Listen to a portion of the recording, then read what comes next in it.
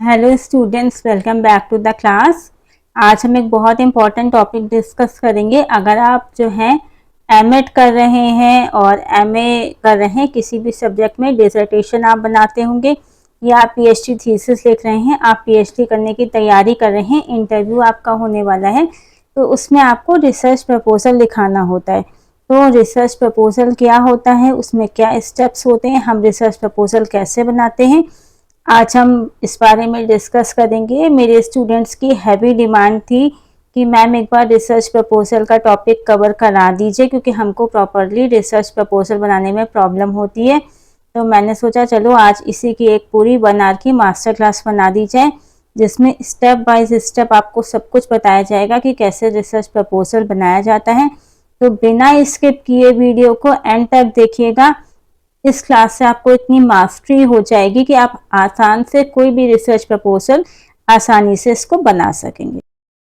जब स्टूडेंट्स कोई भी टॉपिक अपने रिसर्च का डिसाइड करते हैं तो उनको ये तो समझ में आ जाता है कि हमको क्या टॉपिक लेना है, लेकिन अगर उनसे पूछा जाता है कि आप कौन सी रिसर्च मैथोलॉजी यूज़ करेंगे, कौन से डाटा कलेक्शन टूल्स यूज़ करेंगे, आपकी रिसर्च प्रॉब्लम क्या है, आपके ऑब्जेक्टिव क्या हैं, आप रिपोर्ट राइटिंग कैसे करेंगे, तो वो कंफ्यूज हो जाते हैं। तो ये स्टेप बाय स्टेप आज हम देखेंगे कि रिसर्च प्रपोजल होता क्या है और इसमें सारे स्टेप्स कैसे होते हैं। Everything will come on your slides, so आप उसको देखिए और समझिए। इसको मेरे साथ मैं एक्सप्लेन करती जाऊंगी, आप उसको रीड करिए।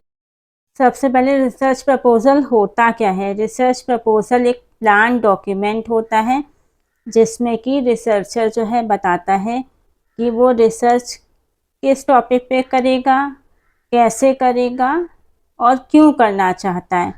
Y, what and how. What, क्या आप रिसर्च करना चाहते हैं। वाई, आप इस टॉपिक पे क्यों रिसर्च करना चाहते हैं।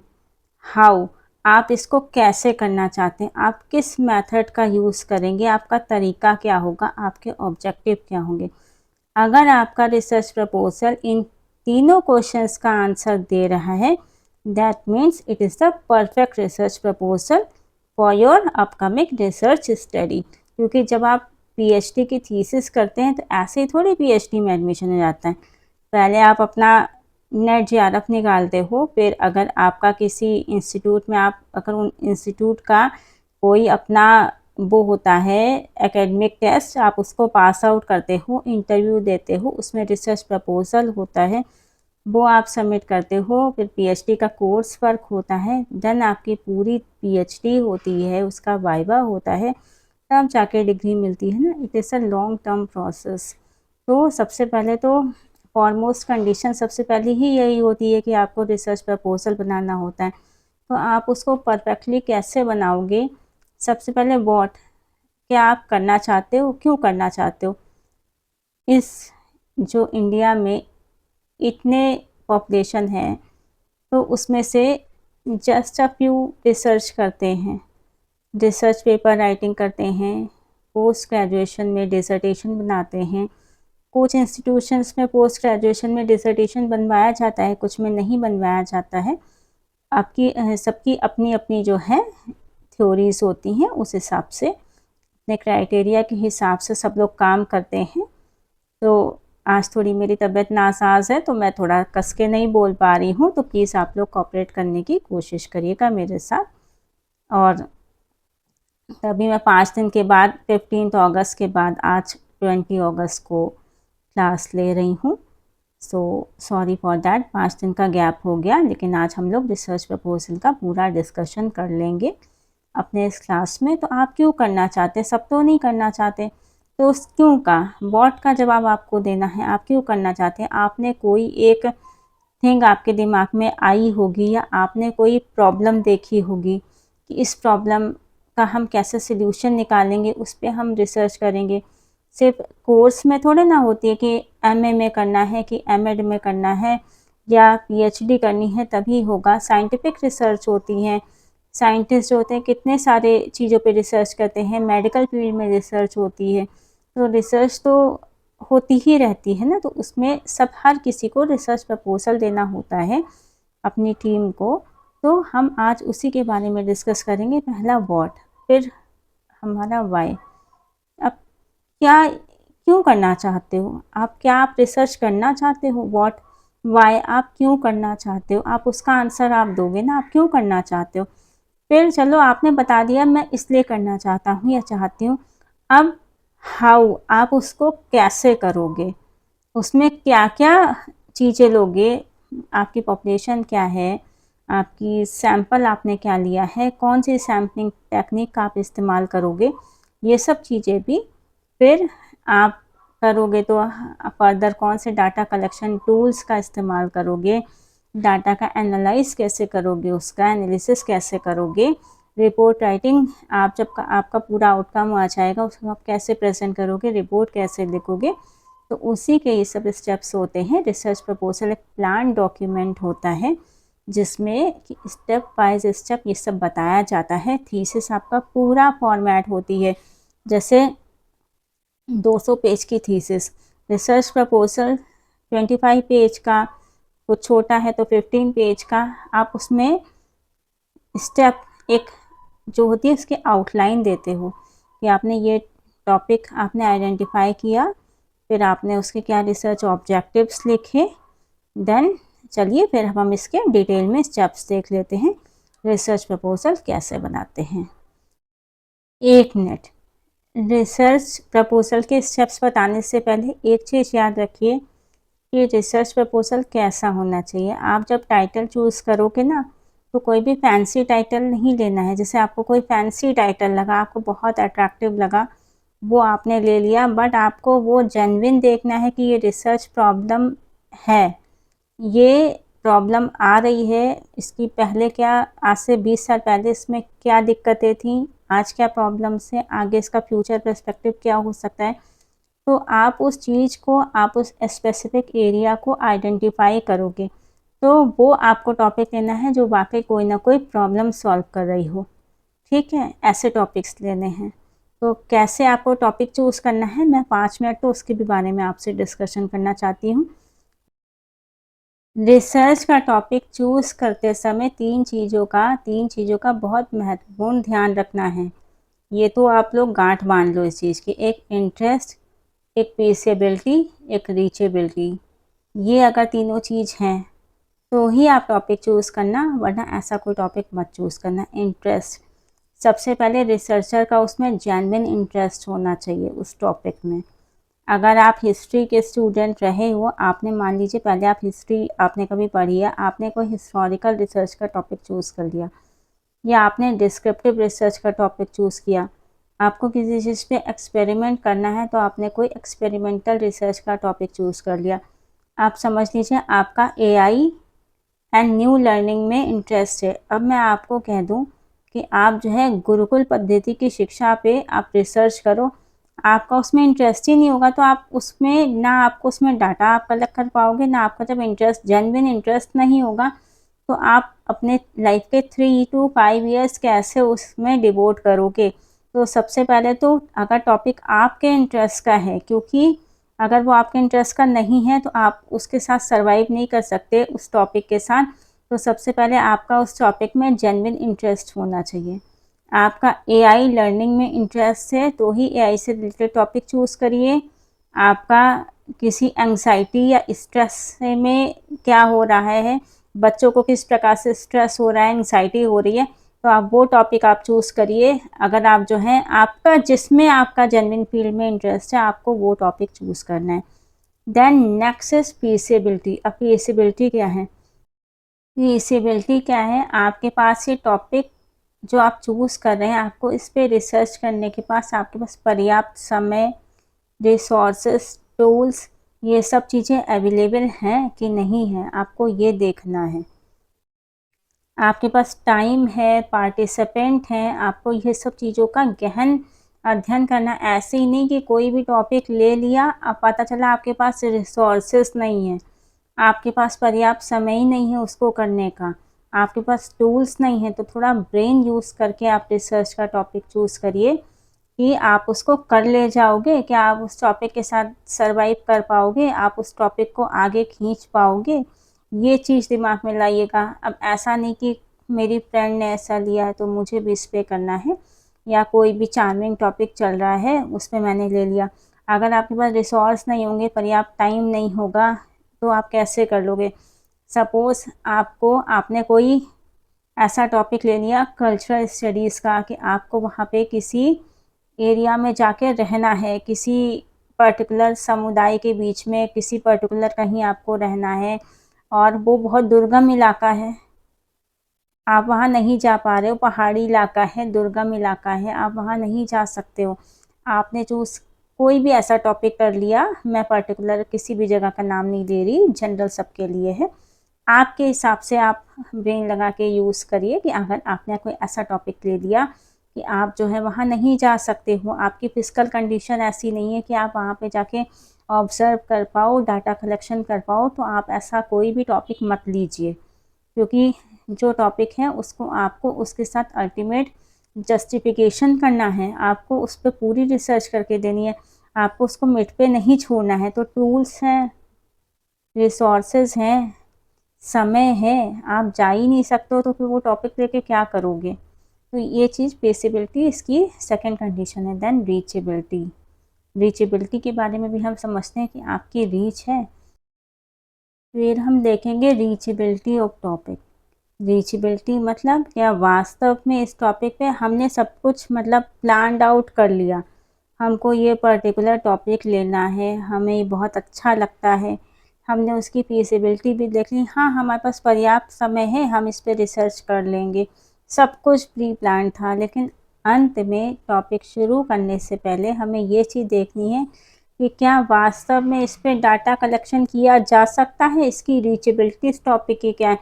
पता चला आप सब कुछ प्लान आउट कर लो, बाद में पता चले कि इस टॉपिक पे डाटा कलेक्ट करना ईजी नहीं होगा, कैसे करोगे? रिसर्च फेल हो जाएगी। आधी पीएचडी इसीलिए फेल हो जाती है क्योंकि आपके पास, आप सोच तो लेते हो कि मेरा ये टॉपिक है, मैं ऐसे ये करूँगा, वो करूँगा, ये करूँगी, वो करूँगी, बाद में डाटा कलेक्शन जो है वास्तविक तरीके से नहीं हो पाता है।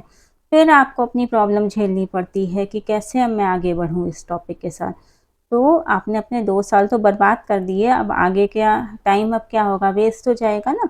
तो ऐसे जो है जनरल एक्सपीरियंसेस हो चुके हैं। तो मैं आप लोग को अपना एक्सपीरियंस बता रही हूँ कि मैं एमएड कर रही थी, मेरे को सीनियर्स थे, जेआरएफ क्वालिफाई कर रखा था और रिसर्च कर रहे थे, मगर ऐसा फैंसी टॉपिक ले लिया, वो उसके साथ जो थे सर्वाइव नहीं कर पाए और अंत में पीएचडी छोड़नी पड़ी। जब डाटा कलेक्शन की बारी आई तो डाटा कलेक्शन के टूल्स जो थे, मतलब जो उनका रिसर्च था वो नहीं हो पा रहा था उससे, जो पर्याप्त टूल्स नहीं अवेलेबल थे। ऐसा टॉपिक था जो प्री रिसर्चेस उस पर नहीं हुई थी पहले की, तो कुछ ऐसा रिव्यू ऑफ लिटरेचर उनको नहीं मिल रहा था, बहुत सारी प्रॉब्लम्स थी। तो ऐसा आप जब भी कोई भी रिसर्च करें तो प्लीज़ मेरी तो आप लोगों से यही अपील है कि इसको प्लान आउट करके करें कि हमको इसमें टॉपिक्स मिल जाएंगे, आगे हम वास्तविकता क्या है, because in life also there is a big difference between expectation and reality. आप एक्सपेक्ट कुछ करते हो, रियलिटी कुछ होती है, पढ़ाई कुछ करते हो, वर्क कुछ करते हो, लाइफ एक समय पे आता है जो अपना पूरा सिलेबस बदल देती है और ज़ीरो से स्टार्टिंग करनी पड़ती है, यहाँ तक फिर से पहुँचना पड़ता है। ये सबके साथ लाइफ में एक बार फेस ज़रूर आता है, जैसे जैसी एज बढ़ती है। वो चीज़ें जो एक्सपीरियंस गेन होते हैं ना, हम लोग कहते हैं कि हमारे पेरेंट्स में ज़्यादा एक्सपीरियंस है, वो इसलिए ना बहुत सालों का अनुभव रहा है, तो वो अनुभव से ही सब बताते हैं। तो सबसे पहले आप कोई भी फैंसी टॉपिक मत लीजिए, वो टॉपिक लीजिए जो आपके इंटरेस्ट का हो, वो देखिए, आपके पास पर्याप्त समय है, आप उस पर रिसर्च कर सकते हैं।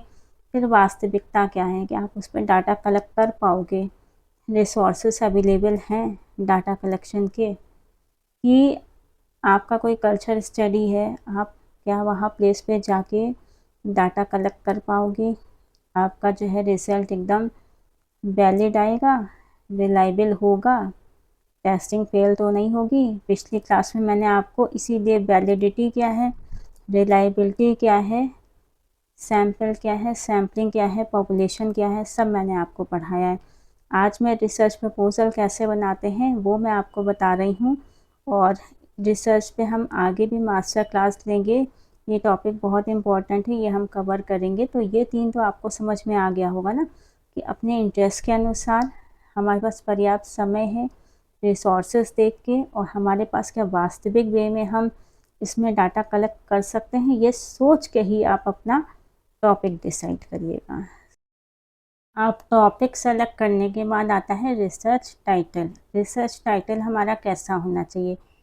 ये क्लियर, सिंपल और मीनिंगफुल होना चाहिए, स्मॉल होना चाहिए। अननेसेसरी वर्ड्स को अवॉइड करें।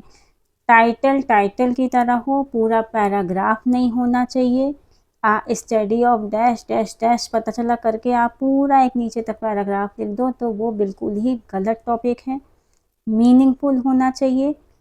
Fancy words, unnecessary words avoid करें। अब जैसे वोकैबलरी होती है ना, तो एक सिंपल वर्ड होता है, एक एक्स्ट्राऑर्डिनरी, मार्वलस, ब्यूटीफुल, ये सब एक दूसरे के परिपूरक हैं।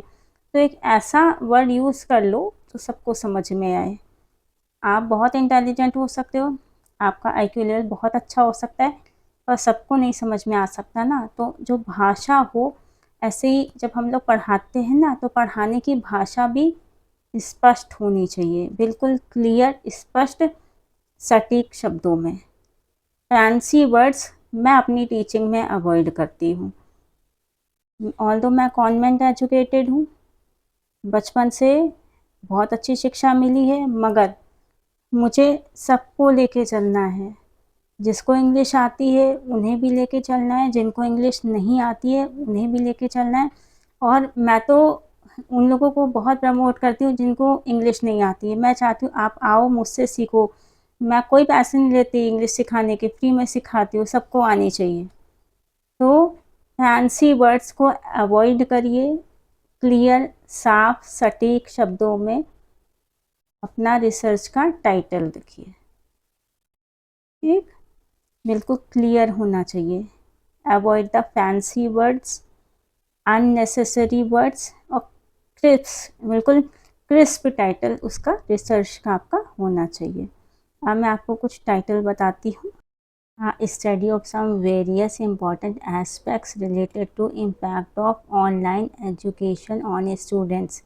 ये अननेसेसरी कॉम्प्लिकेटेड टॉपिक है, तो हम इसको अपनी रिसर्च स्टडी का पार्ट बनाने से अवॉइड करेंगे। इसकी जगह एक हम सिंपल टॉपिक चूज़ कर लेंगे।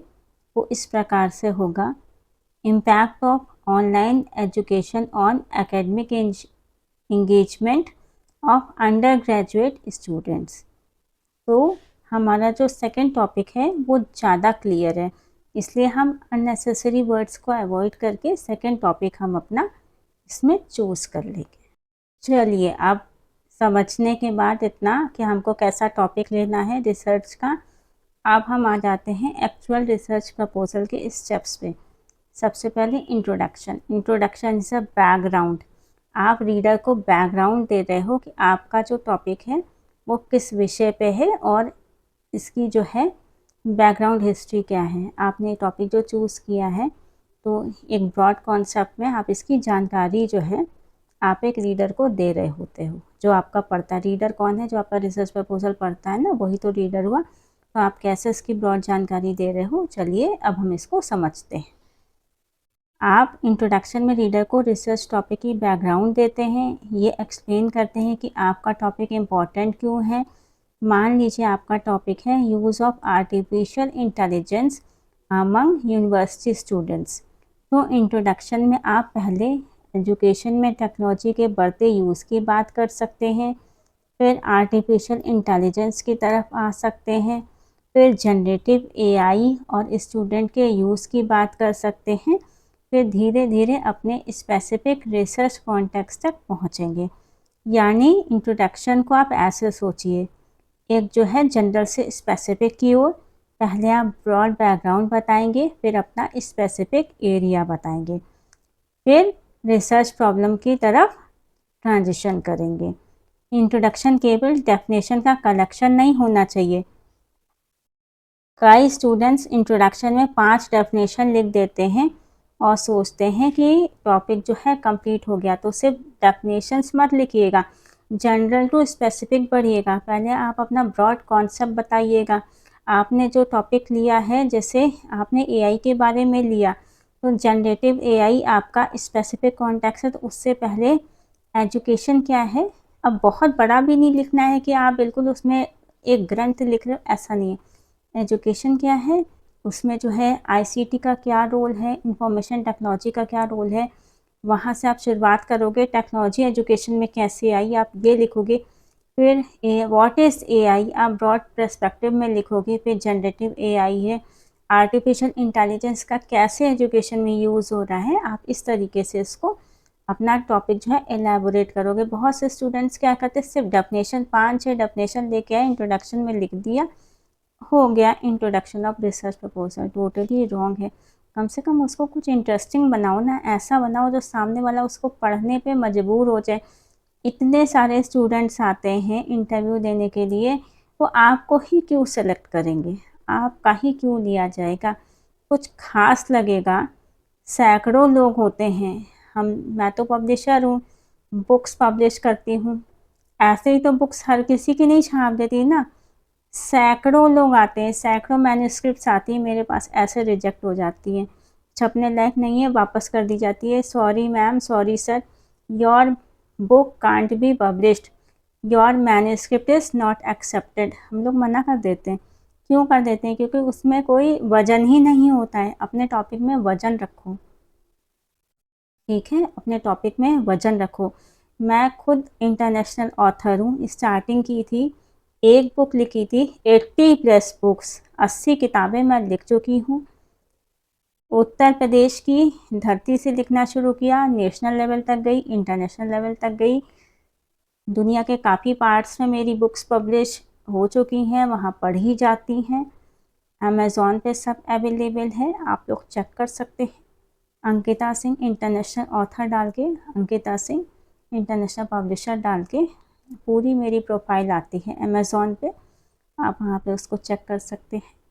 तो हम जो है क्यों लेते हैं, कोई स्पेसिफिक होगा ना तभी तो लेंगे। वजन नहीं होगा मैन्युस्क्रिप्ट में, डिसर्टेशन में, थीसिस में तुम्हारी वजन नहीं होगा, तो प्रोफेसर को उसको क्यों लेगा। सैकड़ों कैंडिडेट आते हैं। तो अपना जो टॉपिक बनाओ ना, ऐसा बनाओ कि सबका ध्यान जो है आप ही के टॉपिक की तरफ जाए। एक वज़न दिखना चाहिए, ऐसा लगना चाहिए कि नहीं ये, और आपका जो टॉपिक हो ना वो फ्यूचर पर्सपेक्टिव को भी कवर करता हो। ऐसा नहीं कि आज बस हमको पीएचडी पूरी करनी है, थीसिस पूरी करनी है, हमने इसको कर दिया। 50 साल बाद ये क्या 50 साल बाद की कोई प्रॉब्लम सॉर्ट आउट कर रहा है, कुछ ऐसा कर रहा है जो पास से रिलेट है, आगे भी जाएगा, कुछ मतलब उसमें कुछ ऐसा कीन दिखेगा, तो बहुत आगे तक जाओगे। बल्कि यही तो थीसिस बाद में एज अ बुक भी पब्लिश हो जाती है। फिर 50 साल बाद आप एक ऑथर होगे, लोग आपकी वो पढ़ेंगे कि कोई नया रिसर्चर जब आएगा ना तो आपका टॉपिक पढ़ेगा कि नहीं, उस ज़माने में वो सर थे, वो मैम थी, उन्होंने इस पे रिसर्च की थी, अब मुझे इसको आगे लेके जाना है।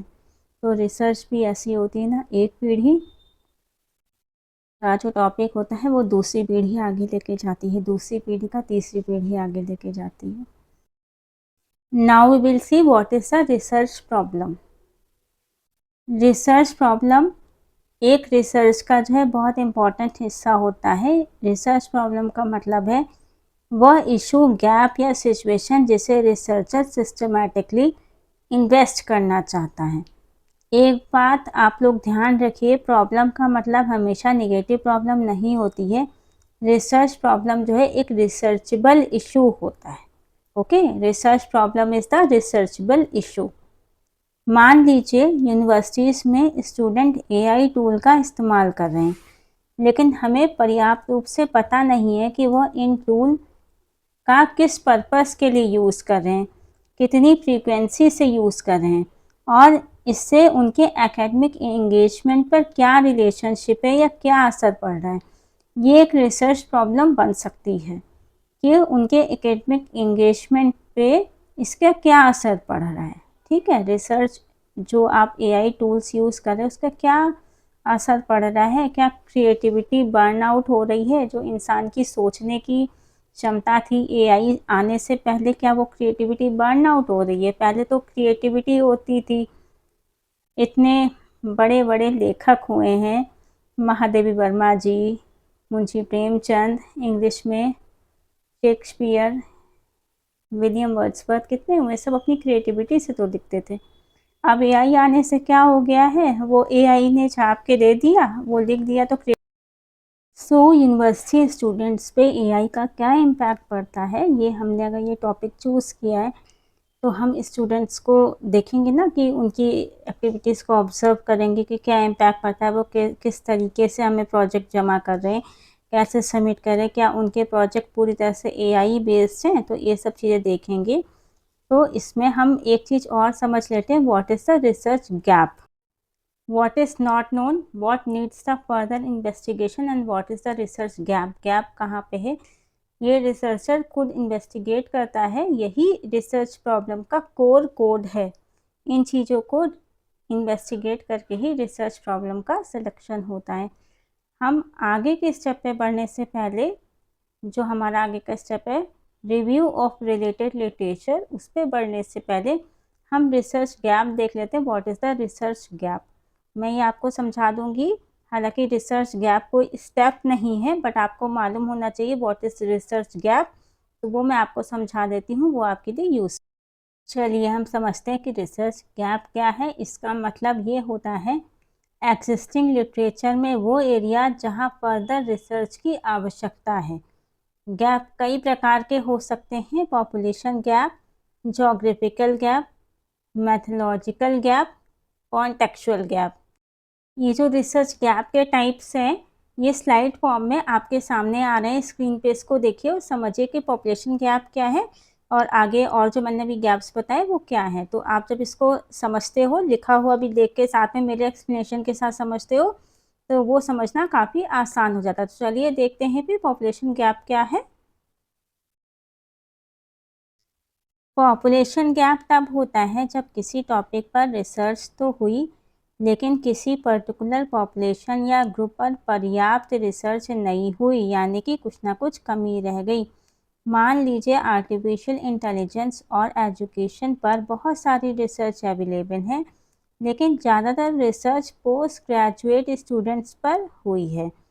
अगर आप अंडर ग्रेजुएट स्टूडेंट्स पर स्टडी करना चाहते हैं तो ये पॉपुलेशन गैप हो सकता है, क्योंकि यहाँ पे टॉपिक नया नहीं है। एआई और एजुकेशन पर रिसर्च तो पहले से हुई है, लेकिन जिस स्पेसिफिक पॉपुलेशन को आप स्टडी करना चाहते थे वो यहाँ एडिक्वेटली रिप्रेजेंटेड नहीं है। एक और एग्जांपल, मान लीजिए रिसर्च हुई है digital learning among university students, लेकिन स्टडीज़ प्रीडोमिनेंटली अर्बन यूनिवर्सिटीज़ पर हुई है।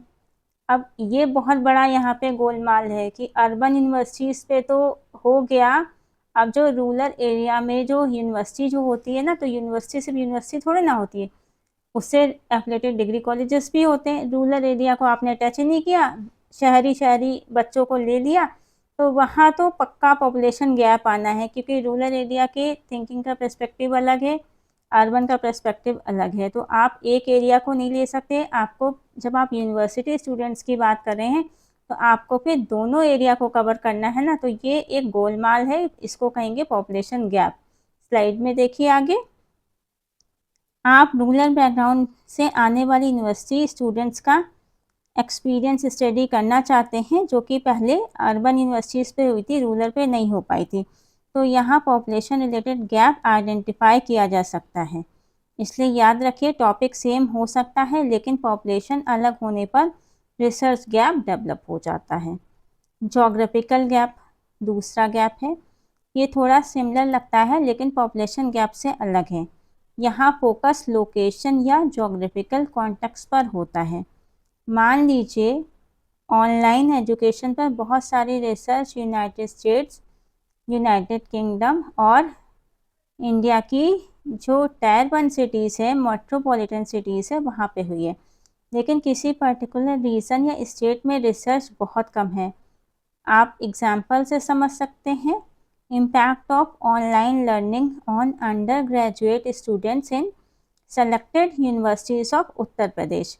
अगर प्रीवियस लिटरेचर में दूसरे स्टेट या कंट्रीज़ की स्टडीज़ बहुत हैं, लेकिन उत्तर प्रदेश के स्पेसिफिक कॉन्टेक्स्ट पर लिमिटेड एविडेंस है, तो जोग्राफिकल गैप हो सकता है। लेकिन यहाँ एक इम्पॉर्टेंट बात, सिर्फ लोकेशन बदल देने से ऑटोमेटिकली स्ट्रॉन्ग रिसर्च गैप नहीं बन जाता। आपको ये जस्टिफाई करना होगा कि ये जोग्राफिकल कॉन्टेक्स्ट इम्पॉर्टेंट क्यों है। एग्जाम्पल देखते हैं, different educational policies, different socio economic conditions, different technological access, different institutional practices, इन वजहों से फाइंडिंग्स अलग हो सकती हैं। इसलिए जोग्राफिकल गैप को केवल यहाँ रिसर्च नहीं हुई तक सीमित मत रखिए। मैथोलॉजिकल गैप, मैथोडोलॉजिकल गैप तो बहुत इम्पोर्टेंट होता है। ये तब होता है जब प्रीवियस स्टडीज़ ने किसी पर्टिकुलर रिसर्च मैथोडोलॉजी का या मेथड का प्रीडोमिनेंटली यूज़ किया हो, लेकिन किसी दूसरे अप्रोप्रिएट मेथड से रिसर्च की आवश्यकता हो। मान लीजिए किसी टॉपिक पर प्रीवियस रिसर्चर्स ने मोस्टली क्वांटिटेटिव क्वेश्चनर यूज़ किए हैं। उन्हें नंबर्स और स्टैटिक्स रिलेशनशिप का तो पता चल गया है, लेकिन स्टूडेंट्स के एक्चुअल एक्सपीरियंसेस, फीलिंग्स और परसेप्शंस को वो डिटेल में नहीं समझ पाए। अब आप क्वालिटेटिव इंटरव्यू करना चाहते हैं, तो यहाँ मैथोलॉजिकल गैप हो सकता है।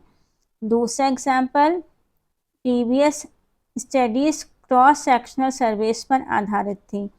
आप लॉन्गिट्यूडनल अप्रोच से देखना चाहते हैं कि समय के साथ सिचुएशन कैसे चेंज होती है, तो ये भी आपका जो है मेथोडोलॉजिकल गैप की डायरेक्शन में जा सकता है।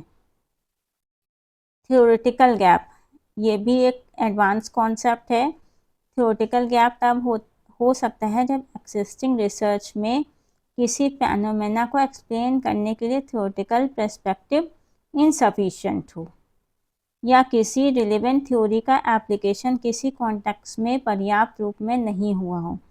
एग्जाम्पल समझ लेते हैं।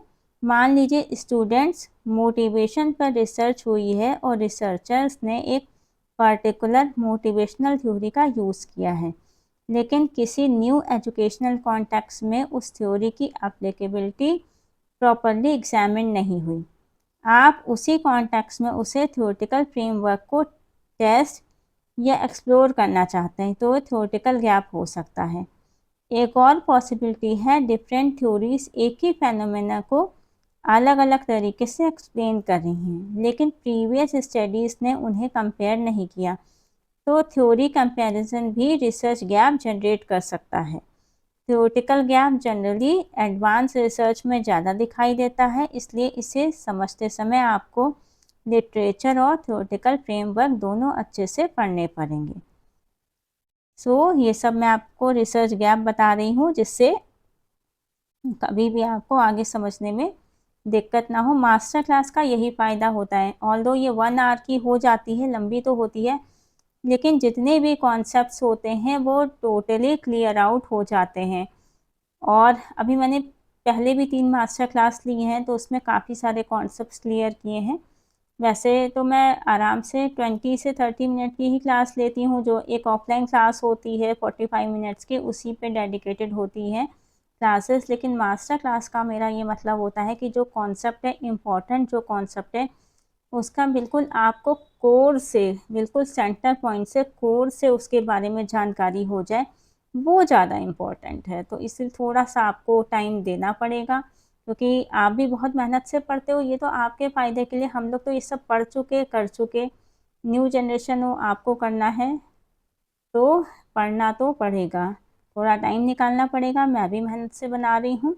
ये सब क्लासेस मेरे ऑफलाइन स्टूडेंट्स भी देखते हैं, ऑनलाइन भी देखते हैं, न्यू सब्सक्राइबर्स भी देखते हैं, तो आप लोग भी इसको समझिए। चलिए फिर एम्पेरिकल गैप की तरफ बढ़ते हैं। एम्पेरिकल गैप का रिलेशन एक्चुअल एविडेंस या फाइंडिंग से है। किसी टॉपिक पर स्टडीज़ तो मौजूद हैं, लेकिन available empirical evidence insufficient, limited या इनकंसिस्टेंट हो सकता है। कुछ स्टडीज़ कहती हैं कि online learning students academic performance improve करती हैं। कुछ स्टडीज़ कहती हैं इसका कोई सिग्निफिकेंट इफ़ेक्ट नहीं है। कुछ स्टडीज़ नेगेटिव रिलेशनशिप रिपोर्ट करती हैं। अब आपके पास इनकंसिस्टेंट फाइंडिंग्स हैं, मतलब एक फाइंडिंग नहीं है। आपकी प्रपोज रिसर्च इन कॉन्ट्रडिक्टरी फाइंडिंग्स को फर्दर इन्वेस्टिगेट कर सकती है। यही एम्पिरिकल गैप का अच्छा एग्जाम्पल हो सकता है। यानी लिटरेचर तो मौजूद है लेकिन एविडेंस अभी कंक्लूसिव नहीं है, और रिसर्चर पूछता है कि एक्जिस्टिंग एविडेंस को फर्दर इन्वेस्टिगेट करने की आवश्यकता क्यों है। यही एम्पिरिकल गैप आ जाता है। अब अगला है नॉलेज गैप। ये रिलेटिवली एक ब्रॉड कॉन्सेप्ट है, इसको अच्छे से समझिएगा।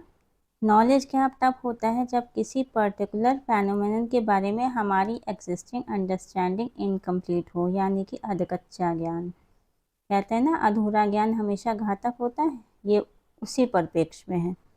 हम जानते हैं कि university students AI tools use कर रहे हैं, लेकिन हमें पर्याप्त जानकारी नहीं है कि वो एआई को किस एकेडमिक पर्पस के लिए यूज़ कर रहे हैं। Assignment writing, idea generation, research, language improvement या एग्जामिनेशन प्रिपरेशन। तो यहाँ स्टूडेंट के एआई यूसेज पैटर्न के बारे में नॉलेज इनकम्प्लीट हो सकती है। आपकी रिसर्च उस मिसिंग नॉलेज को प्रोवाइड कर सकती है। लेकिन ध्यान रखें, नॉलेज गैप को भी लिटरेचर के आधार पर इस्टेब्लिश करना चाहिए। आपको डिमॉन्स्ट्रेट करना होगा कि एग्जिस्टिंग नॉलेज में वास्तव में कौन सा हिस्सा अनक्लियर है। फिर आता है प्रैक्टिकल गैप। ये एक इंटरेस्टिंग टाइप है। कई बार एकेडमिक लिटरेचर में रिसर्च अवेलेबल होती है, लेकिन उसका प्रैक्टिकल इम्प्लीमेंटेशन या एप्लीकेशन इनएडुकेट होता है।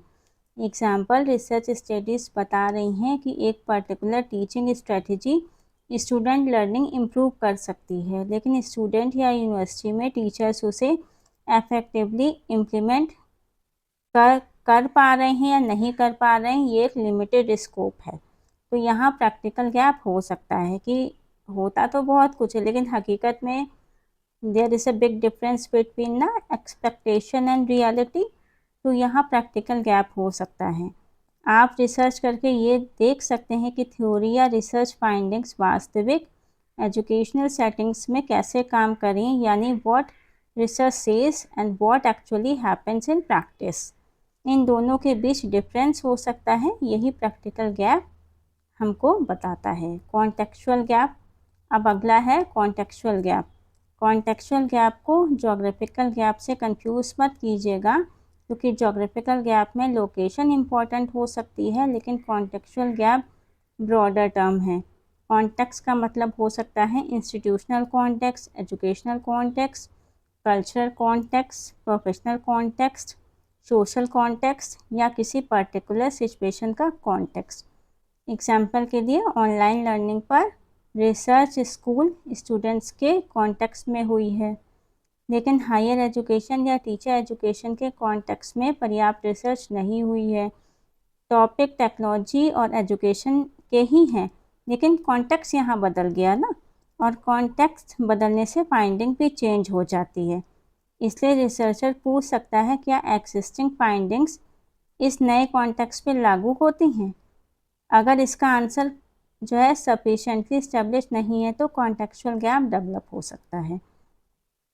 Conceptual gap. अब आते हैं कॉन्सेप्चुअल गैप पे। ये थोड़ा एडवांस है।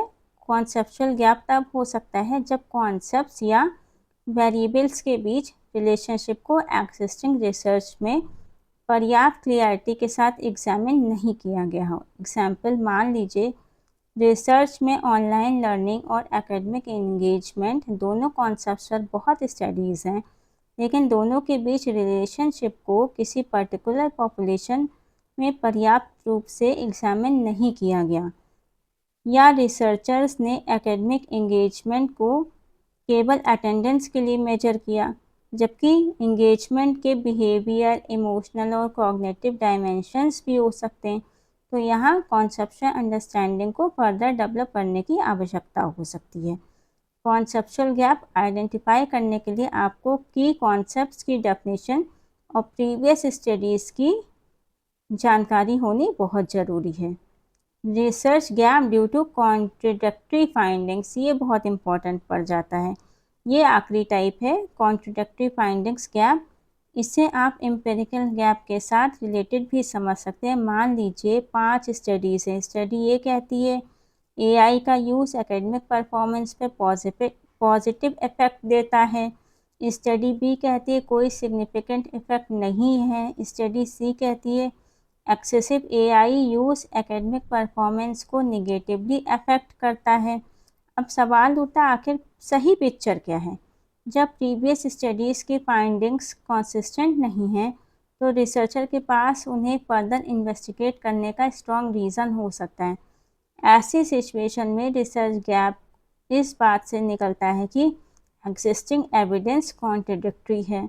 आप नई पॉपुलेशन, डिफरेंट मेथडोलॉजी या बेटर डिज़ाइंड स्टडी के माध्यम से इशू को फर्दर एग्जामिन कर सकते हैं। लेकिन यहाँ हमें एक बात के लिए सावधान रहना है, सिर्फ 2 स्टडीज़ के अलग रिजल्ट देखकर तुरंत ये नहीं कहना चाहिए कि रिसर्च गैप मिल गया।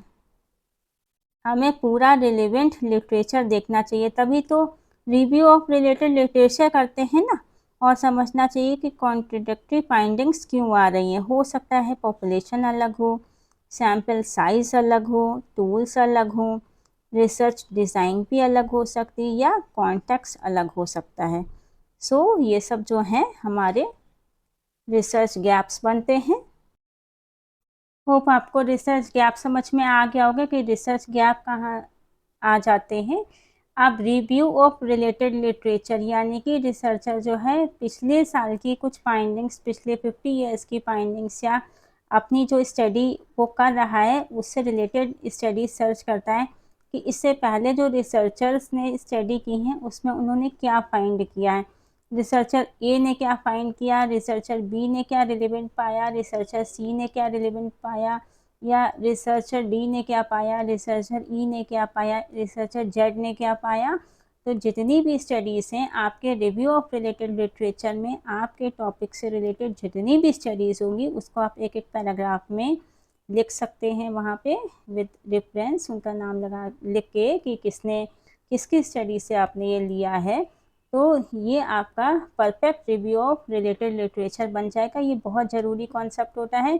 इंट्रोडक्शन के बाद इसको देते हैं, क्योंकि हम क्यों करते हैं रिव्यू करते हैं रिलेटेड लिटरेचर का, ये जानने के लिए ना कि जो हम स्टडी कर रहे हैं तो इससे पहले क्या इस टॉपिक पे कोई स्टडी हुई है, अगर हुई है तो उसमें क्या आउटकम आया था, उसका क्या रिजल्ट आया था।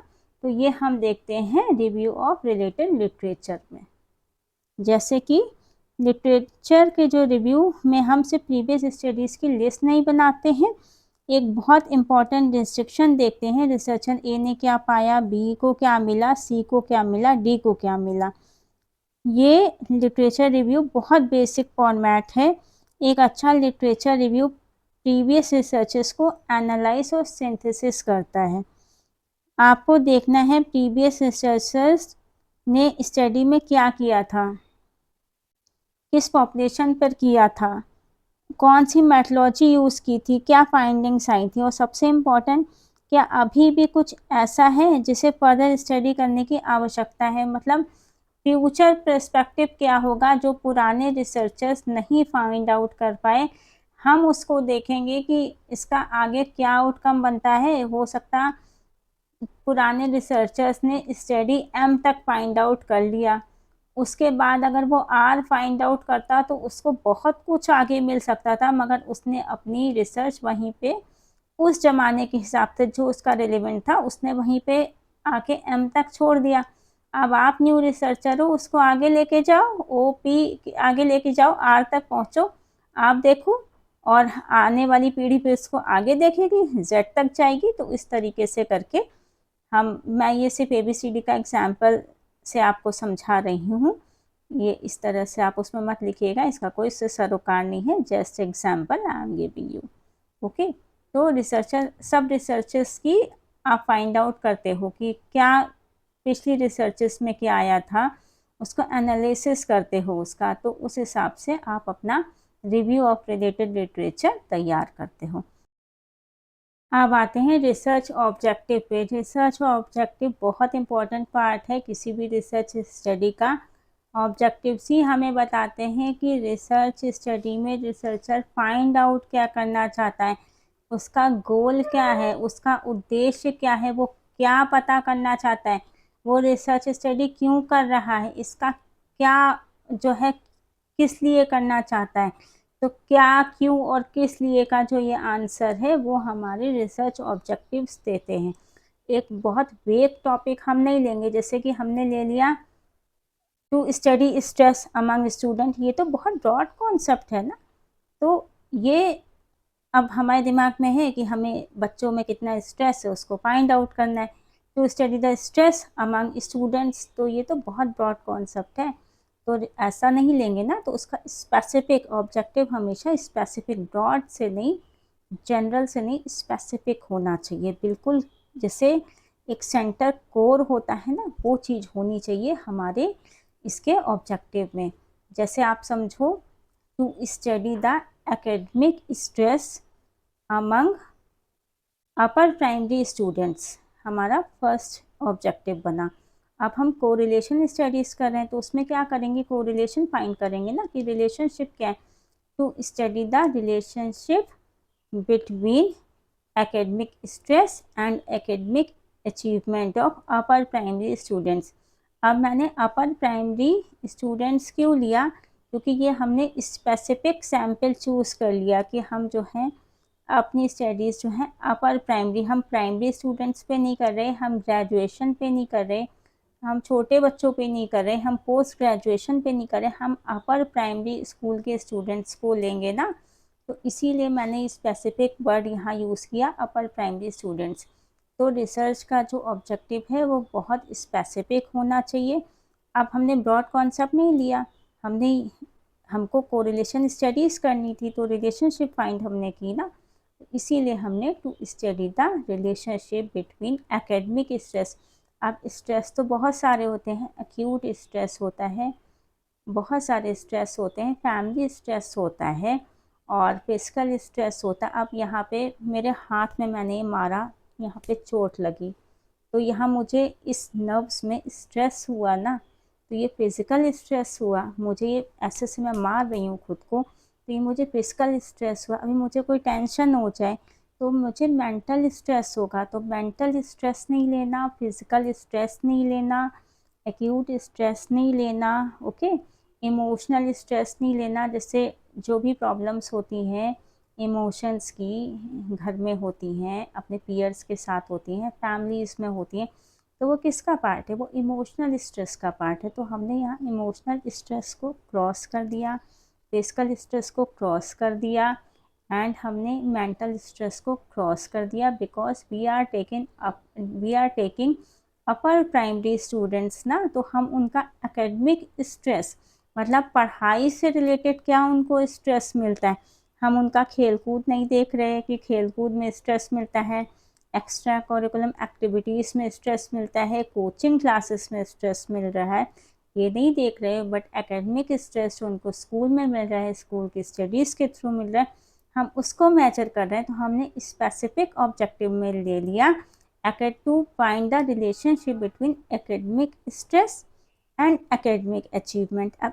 अचीवमेंट तो कई प्रकार के हो सकते हैं, खेलकूद में अचीवमेंट हो सकता है, डांसिंग में अचीवमेंट हो सकता है, एक्स्ट्रा करिकुलम एक्टिविटीज़ में अचीवमेंट हो सकता है, मगर हमने एकेडमिक अचीवमेंट लिया ना, तो ये हमारा एक ऑब्जेक्टिव बना, to find the relationship between academic stress and academic achievement of upper primary students. Elaborate करके इसलिए समझाएं जिससे आपको समझ में आ जाए। अब इसी से रिलेटेड हम एक और एग्जाम्पल देखेंगे। ऑब्जेक्टिव को हम बहुत अच्छे से समझेंगे क्योंकि जो ऑब्जेक्टिव का टॉपिक है वो रिसर्च की जान है, उसकी नींव है, उसका पिलर है, जिस पे ऊपर की बिल्डिंग खड़ी होनी है। ये फर्स्ट है रिसर्च के ऑब्जेक्टिव। हम आइडेंटिफिकेशन ऑफ प्रॉब्लम कर ली, हमने टाइटल चूज़ कर लिया, अब हम जो है रिव्यू कर लिया लिटरेचर का, अब हम ऑब्जेक्टिव लिख रहे हैं। देन ऑब्जेक्टिव के बाद जब हम रिसर्च हाइपोथेसिस करेंगे, तो hypothesis is also an important topic. इसके बाद मैं आपको समझाऊंगी हाइपोथेसिस के बारे में, लेकिन हम एक एग्जांपल और देखेंगे ऑब्जेक्टिव का जिससे आपको बहुत अच्छे से समझ में आ जाए। Example is coming on your slide, watch it. Example है हमारा इस प्रकार, to examine frequency of artificial intelligence among university students, या फिर ले लेंगे to assess students attitude towards the use of artificial intelligence in academic activities. अब objective ज़्यादा स्पेसिफिक है।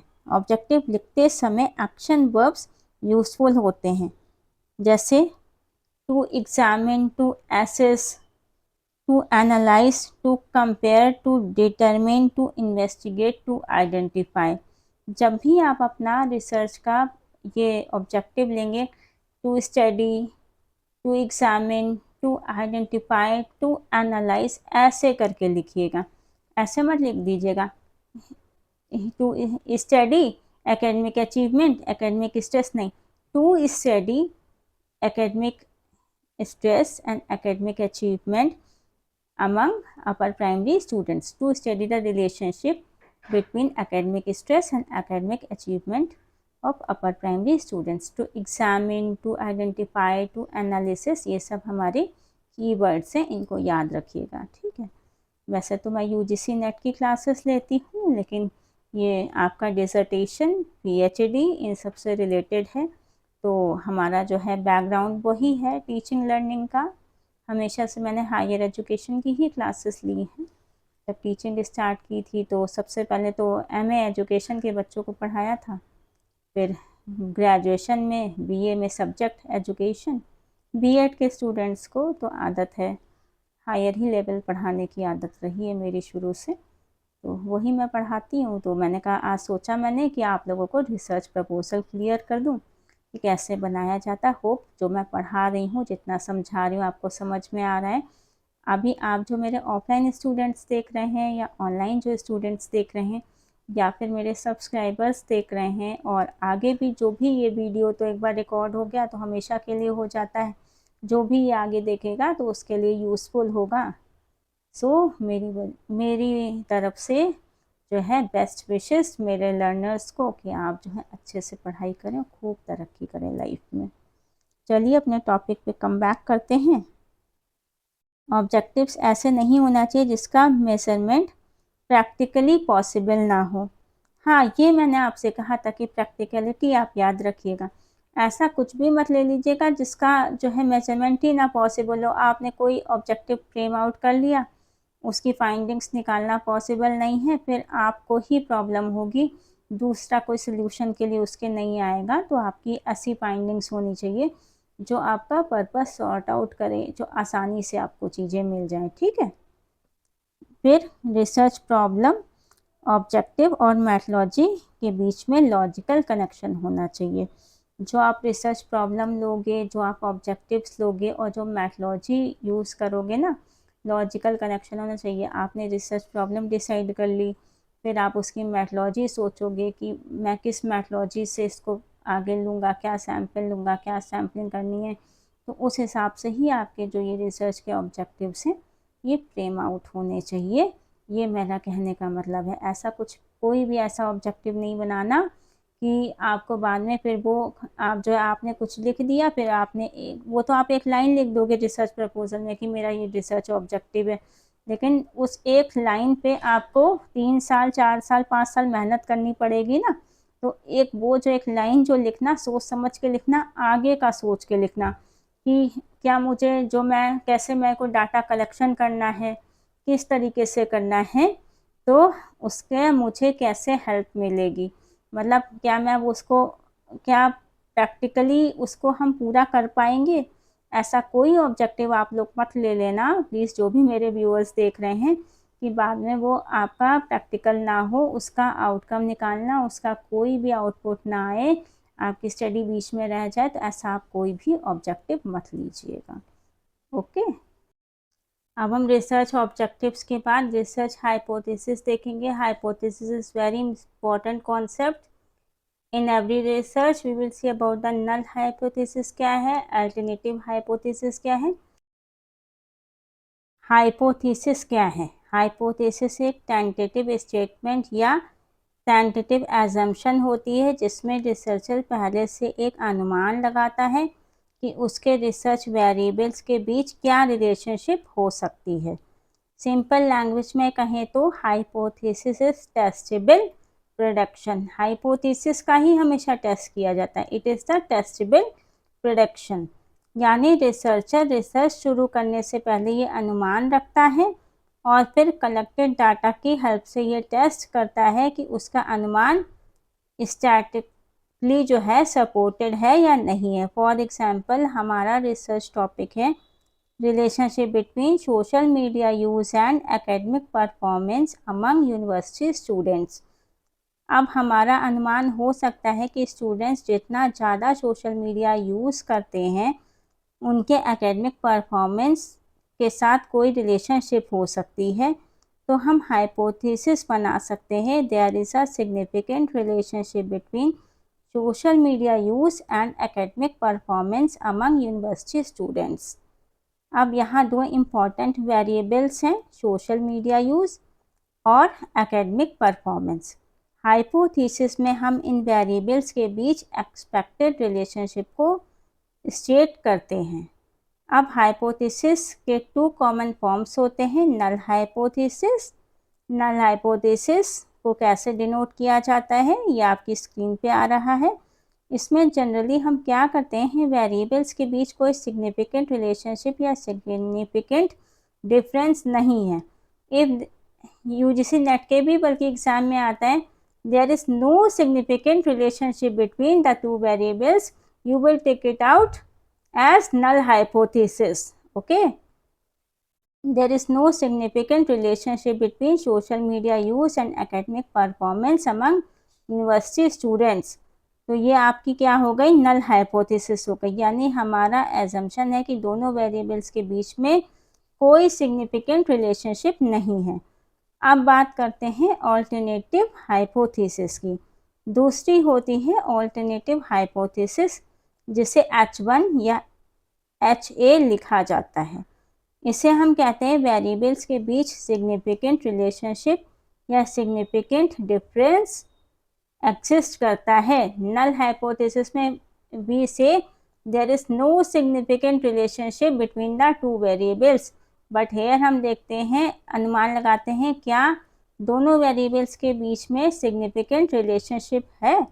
तो it is the difference between null hypothesis and alternative hypothesis. Hypothesis is important concept of every research study and research proposal, so kindly pay attention and बिना skip किए पूरा video देखिए। Half तो आपने देख लिया है, पूरा देखिएगा, पूरा रिसर्च प्रपोजल क्लियर हो जाएगा। एंड ये रिसर्च प्रपोजल क्या है, थीसिस का फॉर्मेट है। इसी फॉर्मेट में आपको अपनी पूरी डिसर्टेशन की थीसिस एंड पीएचडी की थीसिस कंप्लीट करनी है। सो ये हमारा हो गया null hypothesis, no significant relationship, alternative hypothesis, significant relationship, different exist. और एक इम्पॉर्टेंट बात, हर रिसर्च में हाइपोथेसिस होना कंपलसरी नहीं होता है। अगर रिसर्च एक्सप्लोरेटरी नेचर की है या क्वालिटेटिव रिसर्च है तो कई बार रिसर्च क्वेश्चंस ज़्यादा अप्रोप्रिएट होते हैं।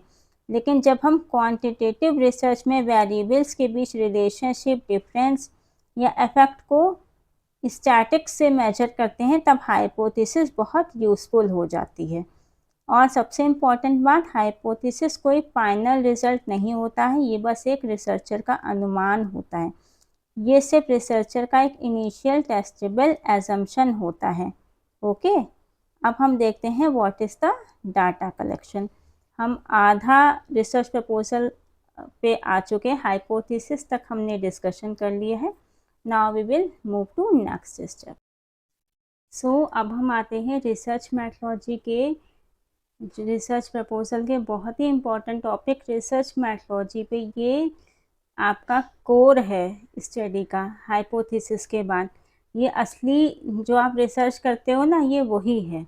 ओके, अभी तक तो हम डिज़ाइन कर रहे थे कि कैसे हमें रिसर्च प्रॉब्लम आइडेंटिफाई कर रहे थे, टाइटल सेलेक्ट कर रहे थे, रिसर्च के ऑब्जेक्टिव्स तैयार कर रहे थे, हम क्या करेंगे, हम हाइपोथेसिस का अनुमान लगा रहे थे, पर हम क्या करेंगे कि कल्पना से निकल के अब हमको क्या करना है, ये वो चीज़ होती है रिसर्च मेथोडोलॉजी। सबसे पहले आते हैं रिसर्च अप्रोच पे। इसमें हम देखते हैं हम कौन सा अप्रोच अपनी रिसर्च स्टडी के लिए लेंगे, क्वांटिटेटिव, क्वालिटेटिव या मिक्स्ड अप्रोच। इसी में रिसर्च की डिज़ाइन का सिलेक्शन होता है। What is research design? Research design मैं इसमें नहीं पढ़ा रही हूँ क्योंकि रिसर्च डिज़ाइन बहुत सारी होती हैं। Correlation design, experimental design, quasi experimental design, अगर वो मैं अभी पढ़ाने लगी तो फिर ये मास्टर क्लास 1 घंटे की नहीं, वो 3-4 घंटे की चली जाएगी एंड आपका रिटेंशन लेवल, अटेंशन लेवल कम हो जाएगा। सो इसको 1 घंटे का ही रखते हैं और हम जो है दूसरी मास्टर क्लास में या दूसरी क्लास में हम जो है रिसर्च डिज़ाइन की इन डिटेल्ड स्टडी करेंगे, क्योंकि अभी तो मैंने आप लोगों को बहुत सी चीज़ें रिसर्च में नहीं भी बताई हैं, तो तब हम उन क्लासेस में उसको पढ़ेंगे। तो एक मोटे तौर पे आप देख लीजिए कि research design, quasi experimental design आप लोगे कि कोरिलेशन डिज़ाइन लोगे, एक्सपेरिमेंटल डिज़ाइन लोगे, यहीं पे रिसर्च डिज़ाइन का सिलेक्शन हो जाता है। देन हम क्या सेलेक्ट करते हैं? इससे पहले वाली मास्टर क्लास में मैंने क्या पढ़ाया था? पॉपुलेशन, सैंपल, सैम्पलिंग टेक्निक, ये हम सेलेक्ट करते हैं ना। पॉपुलेशन कि हम जो है, जो हम रिसर्च ले रहे हैं तो हम किस पॉपुलेशन पे करेंगे, और पूरी पॉपुलेशन पे तो कर नहीं लेंगे। जिसने भी नहीं देखी है क्लास, मेरे चैनल पे पहली बार आए हैं रिसर्च प्रपोजल देखने, तो आप प्लेलिस्ट पे जा सकते हैं, उसमें मास्टर क्लास पड़ी हुई है पॉपुलेशन, सैंपल और सैम्पलिंग की, आप उसको देख लीजिए और आपको क्लियर हो जाएगा। पूरी 1 आवर की मास्टर क्लास है, मैंने सारी टेक्निक्स बताई हैं सैम्पलिंग की, what is sample, what is population, props के थ्रू एक्सप्लेन किया था, तो आपको बहुत अच्छे से समझ में आ जाएगा। तो यहाँ पे हम क्या करते हैं, पॉपुलेशन मैंने बताया था ना, एक बड़ा हिस्सा होता है एंड उसमें से एक छोटा सा हम जो है हिस्सा ले लेते हैं, वो हमारा सैंपल हो जाता है। जैसे इंग्लिश के अल्फ़ाबेट्स A to Z पूरी पॉपुलेशन हो गया, उसमें से अगर हमने M को बाहर ले लिया, H को बाहर ले लिया, तो वो क्या हो गया, वो हमारे सैंपल्स हो गए। ओके, जैसे हिंदी की वर्णमाला आ से लेकर, उसमें से अगर हमने का ले लिया, खा ले लिया, तो they are our samples. Okay, तो पॉपुलेशन एक बहुत वास्ट पार्ट होता है, उसी पॉपुलेशन का एक छोटा सा हिस्सा जिस पे हम स्टडी करेंगे, उसको जब हम सेलेक्ट करते हैं तो सैम्पलिंग हो जाती है। एंड सैम्पलिंग बस मैं 5 मिनट में जो हूँ आपको फिर से रिवाइज करा देती हूँ। What is sampling? Okay, technique of drawing out sample is known as sampling. और सैम्पलिंग 2 तरह की होती है, प्रोबेबिलिटी सैम्पलिंग मैंने बताई थी, नॉन प्रोबेबिलिटी सैम्पलिंग।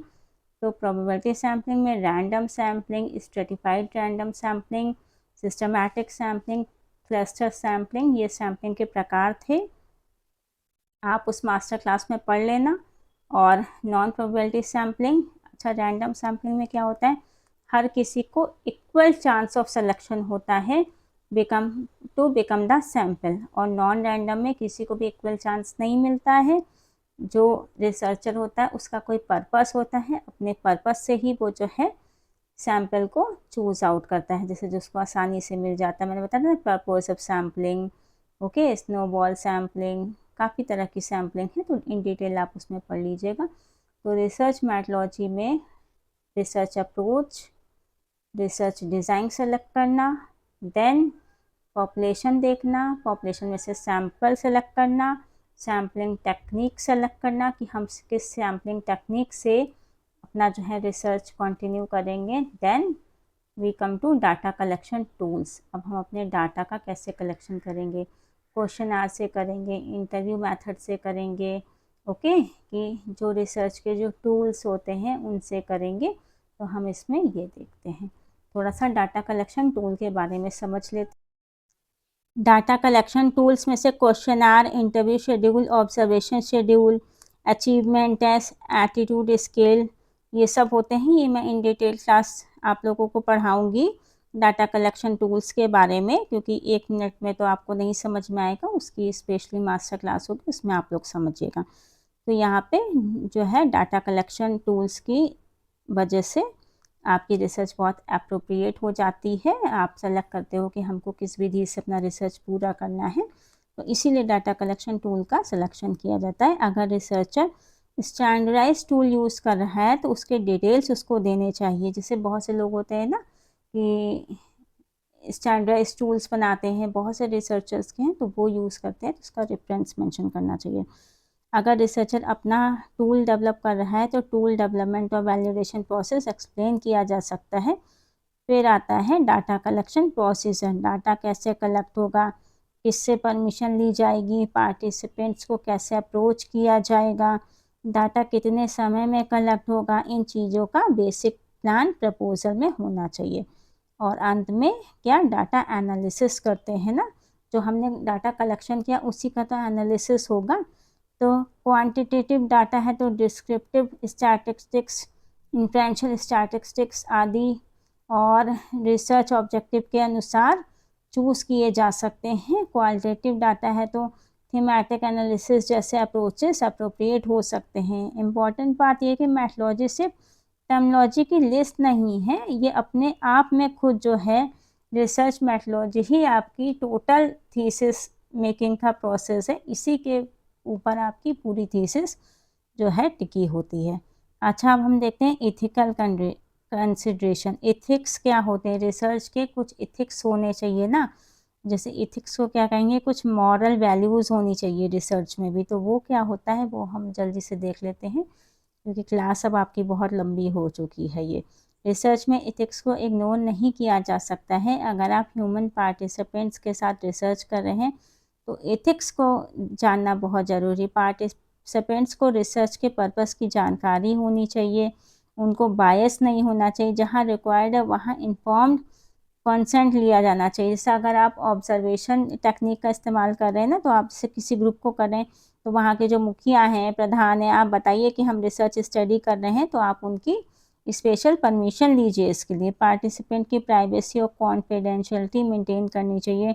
डाटा को रिस्पॉन्सिबली हैंडल करना चाहिए और पार्टिसिपेंट्स को अननेसेसरी हार्म या प्रेशर नहीं किया जाना चाहिए। ओके, जैसे ऐसा नहीं होना चाहिए कभी भी। अगर जैसे आप किसी ग्रुप में गए रिसर्च करने, मान लो जैसे वहाँ पे महिलाएं हैं जो बेल लेती हैं, मतलब बेल का मतलब पर्दा करती हैं, तो आप जो हैं अगर वो विलिंगली आपको आंसर दे रही हैं तो आप उनका लीजिए। अगर उनकी विलिंगनेस नहीं है, वो जैसे अब मैं ही हूँ, अभी मैं इंटरव्यू आपका लेने लगूँ यूट्यूब पे, तो जो लोग इंटरव्यू देने के लिए विलिंग होंगे ना, मैं उन्हीं का लूँगी इंटरव्यू। जो मैं किसी को प्रेशराइज़ नहीं कर सकती, okay you come to my YouTube channel, I will take your interview, because मैं खुद पब्लिशर हूँ। हम इन चीज़ों से देखते हैं, वाकिफ़ हैं इन चीज़ों से। ऑल ओवर इंडिया से हमारे पास जो है ऑर्डर्स आते हैं बुक पब्लिशिंग के। नॉर्थ इंडिया में मैं रहती हूँ, मैक्सिमम ऑर्डर्स मेरे साउथ इंडिया से आते हैं। तो हम एथिक्स देखते हैं ना। अभी मैं कह दूँ कि मैं पूछती हूँ, विलिंगली मैं पूछती हूँ कि मैम क्या आप रिव्यू देना चाहेंगी। अगर वो रिव्यू नहीं देना चाहते ना, तो हम उनको प्रेशराइज़ नहीं कर सकते। हम उनसे ये नहीं कह सकते कि no you have to write review for my publication. No, it's not in the ethics ना। तो वही आप जो है रिसर्च में आप फॉलो करेंगे। रिसर्च के एथिक्स को फॉलो करना आप लोगों के लिए बहुत ज़रूरी है, क्योंकि ये एक मॉरल होता है हर, और बायस नहीं होना है कि नहीं वो येलो वाली जो है ना उसने बहुत अच्छे से बताया, मैं उसका ले लेती हूँ। वो जो ब्लू ड्रेस पहनी थी उसने अच्छे से नहीं बताया, मैं उसका नहीं लूँगी। ऐसा कोई बायसनेस नहीं होती रिसर्च में। जो सही चीज़ है, पार्टिसिपेंट ए ने जो बताया, बी ने बताया, तो ए की बात और बी की बात दोनों की ली जाएगी। ओके, उसमें कोई बायसनेस नहीं। फेवरेटिज्म नहीं होना चाहिए कि नहीं मेरी फेवरेट पर्सनालिटी से मैं ले रही हूँ, जो ज़्यादा पसंद नहीं है तो वहाँ से नहीं ले रही हूँ। जैसे चूजीनेस कहते हैं ना, कि जैसे नहीं मुझे तो छोले भटूरे पसंद है, मैं छोले भटूरे की तारीफ़ करूँगी, मुझे मटर पनीर नहीं पसंद है तो फिर मैं मटर पनीर की तो बुराई करना। तो ये चीज़ रिसर्च का पार्ट नहीं है। अब आते हैं नेक्स्ट टॉपिक पे। Last step of research proposal is reference writing. Last में APA स्टाइल फॉर्मेट में रेफरेंस दे दीजिएगा। ऐसे करके हमारा रिसर्च प्रपोजल कंप्लीट होता है। तो गाइस, फिर आज की मास्टर क्लास हम यहीं पे वाइंड अप करते हैं। इस मास्टर क्लास में मैंने आपको complete information of research proposal, how to write research proposal with examples, research proposal में क्या क्या स्टेप्स यूज़ होंगे वो मैंने एक एक करके आपको सब कुछ बता दिया है। जिन लोगों ने ये मास्टर क्लास शुरू से लेकर अंत तक देखी है उनका काफ़ी फ़ायदा होगा, उनकी पीएचडी थीसिस राइटिंग में, डिसर्टेशन राइटिंग में, रिसर्च पेपर राइटिंग में एंड रिसर्च प्रपोजल राइटिंग में। होप आपको ये क्लास अच्छी लगी होगी।